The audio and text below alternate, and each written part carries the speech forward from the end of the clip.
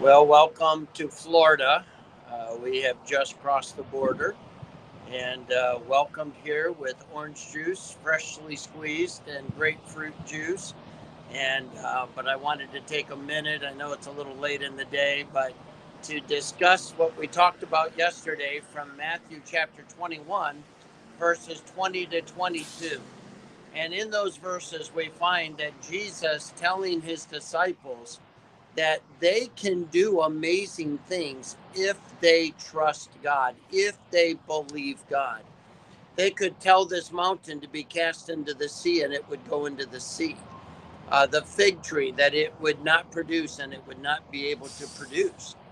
The question really is what does it mean to be able to have the faith and doubt not to be able to do supernatural things? I'm reminded of a missionary by the name of Daryl Champlin, and he was in Africa, and the witch doctors heated up a bed of coals and then walked across them, having their feet not burned, and then looked at the missionary and said, "Is your God able to do that?" And he said, "Absolutely." And he took his shoes and socks off and prayed and said to the Lord, "I believe that you can prove to them that you are supernaturally more powerful than Satan, and I want you to be glorified." And he walked across those coals, his feet never having been burned. And you and I sometimes think of those stories and we are marveling at them, at the faith that they had.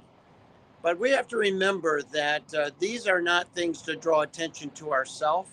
These are not things that we do out of convenience for ourselves or to prove something for ourselves. These are things that God allows people to do when we believe it is God's will. And that whatever happens, we're absolutely convinced God is right. And we're not good at trusting the Lord with all of our heart, but we can all get better at it. It's just a decision. Am I going to trust me or trust God? Am I going to believe God in his word or am I going to believe my flesh? God wants us to live by faith.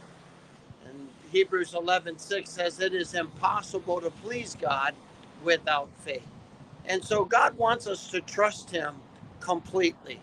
And there are supernatural things that he will use us to do for the glory of God if we will be walking in his will, doing what it is that he is asking of us.